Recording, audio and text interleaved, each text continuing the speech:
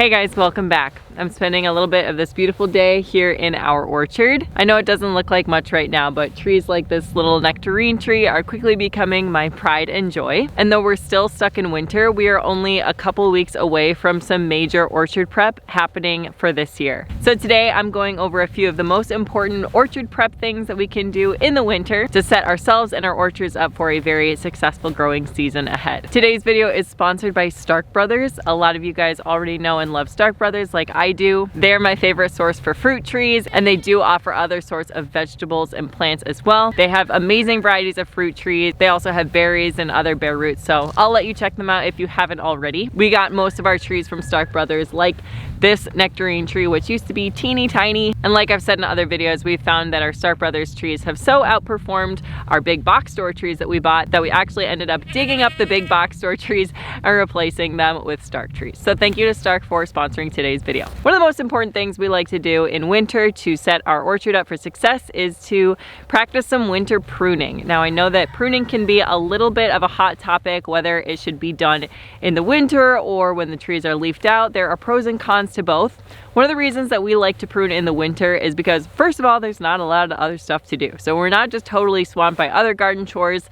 I actually find that I tend to neglect the orchard a bit during the summer when I'm harvesting other vegetables. So we have quite a bit of time right now, so winter pruning is something that I like to do. We also aren't dealing with as many pests or diseases this time of year. Not that it's impossible to pass them along from one tree to the other. You definitely want to still practice proper sterilization techniques in between pruning trees. So while some people do recommend not doing a really heavy pruning during the winter, we still like to do at least a little bit of a cleanup. We definitely get those dead branches off, and we do a little bit of shaping too in the winter. That way, when the tree is ready to leaf out in the spring and start pushing some growth in those branches, the tree is going to be putting its energy right in the direction that we want it to go instead of putting energy towards a bunch of growth that we're just going to chop off later.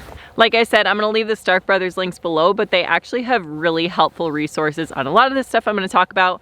One of those is definitely pruning, so make sure you check out their website for some pruning tips and tricks. There are obviously a lot of good YouTube videos as well. Sometimes I get a little bit of analysis paralysis with pruning, so don't be afraid to just go in there and do some chopping, even if you do it the wrong way like I did my first year.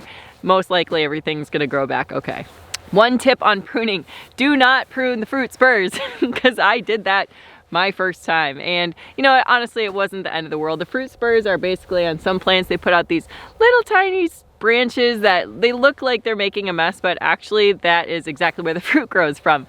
And I didn't realize that those were what created the fruit, and I chopped them off of all my apple trees, which meant I didn't have any fruit, but that's okay. It was the first, I think it was the first year that I had them, so not the end of the world, because might actually have been a little bit of a good thing, because then instead of putting energy into fruit, those trees were able to put a lot of energy into the roots. But it was definitely an oh no, what did I just do moment. So if you are ready for fruit and you are not wanting to chop off all the blossoms, don't prune off the fruit spurs like I did. Some trees that use fruit spurs to create fruit are like pears and apples.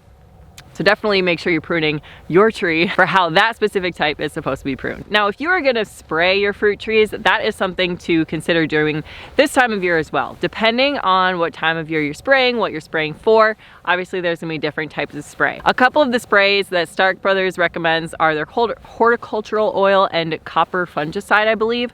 So I'll put that info on the screen for you. If you're anything like me, you hear the word spray and you internally just sort of turn off maybe, don't worry. A lot of sprays are, like these sprays from Stark Brothers, are organic, I believe. And there are sprays that you can use that are not pesticides. They're not necessarily poisons. So depending on how you garden, what your goals are for growing, you may or may not want to consider spraying. We have not yet sprayed our trees. Our trees have struggled a bit with some various things we're trying to avoid. Obviously, always follow the manufacturer instructions with whatever sprays you're using. Another thing you might want to consider this time of year is applying some sort of fertilizer. As usual, Stark Brothers has some great resources on fertilizer. I will link those and let you go through those on your own if you want to. I believe it's a 40-00. I could be wrong, but it's a very high nitrogen fertilizer that they recommend this time of year. If you don't want to go with a synthetic fertilizer, you can also just try top dressing. I won't go into it too much, but top dressing the soil with compost. We are going to be heavy on compost this year. So we're going to be top dressing. We're going to be trying to create a very strong micro sort of environment biome of all sorts of organisms that are going to hopefully make the soil very healthy for these trees. And compost is something that is now pretty abundant for us and free. So we're going to be using that from our goats and from our chickens. Finally, another thing you might want to consider this time of year is physical pest prevention.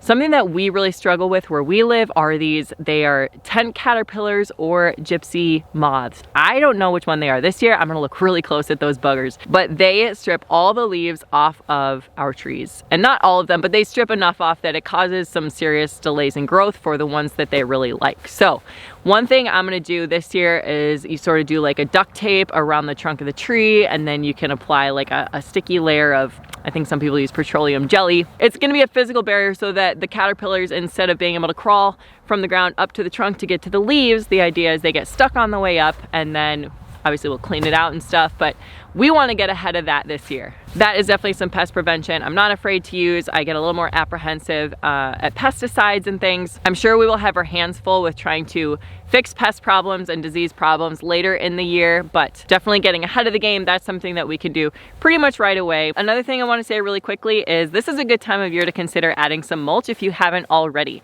So adding a layer of mulch the way that you're supposed to. You don't want to totally cover the trunk. You kind of want to make it look like a donut. Again, I won't go into it too much here, but mulching around a tree or a fruit tree can be very helpful, especially during later parts of the summer when it gets really hot. It can help build the soil beneath it like I was talking about. I know some people worry about nitrogen leaching, so do your research and make sure that you are balancing things as appropriately as you can. But adding mulch is a great thing to do this time of year. One thing that we like to do is we get a ton of wood chips delivered for free now because the municipality where we live is trying to get rid of them, and like a crazy woman, I ran out one day when I saw them just spraying them on the side of the road, and I was like, can I buy those from you?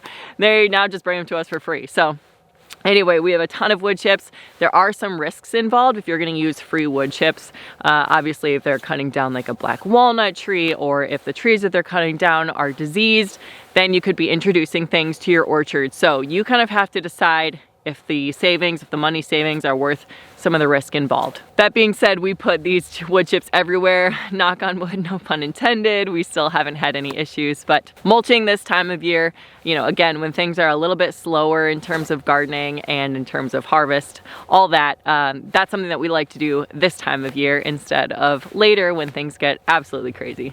Finally, the last thing I'll say is just make sure you go around and give your trees a good once over, look at them, see how they're doing. I know we have one tree, unfortunately, that we did lose last year. It was a plum. It got a really weird, it was like half the tree died and then the other half died. I thought it might be a girdled root, but I didn't get to it quick enough to fix it. So we got to clear that out. We got to check our other ones to make sure they're just dormant and not actually deceased at this point, which I'm pretty sure most of them were good on. But on days that are a little bit nicer, like it was a little bit sunny, it's good to come out and just give everything a look over, kind of make a plan moving forward. That being said, I guess one more point is to make a list of any more that you want to add. I'm going to be adding, I believe, three or four fruit trees. If you guys watched one of my previous videos, I was really excited about that donut peach, which I am going to be getting this year, which I'm super excited about. And then I think I'm getting a pink, an apple, and I think I'm adding some more plums because of that problem we had. So definitely decide what kind of trees you want and do some shopping. I guess that's the most fun part. Obviously, I recommend Stark Brothers, but plan out what you're gonna get in advance so that you're maybe not like me and you're not at the store and just on a whim grabbing trees and realizing that they were the completely wrong variety, or you got all apples that are harvested at the beginning of September and then none the rest of the fall season. That's all I have for you today. Again, I linked everything about Stark Brothers below. Thank you again to them for sponsoring today's video. Please leave a comment with your favorite fruit trees or what you're really excited to get this year. And I'm running out of batteries, so I guess that's it. Thanks for watching today, and we'll see you next time.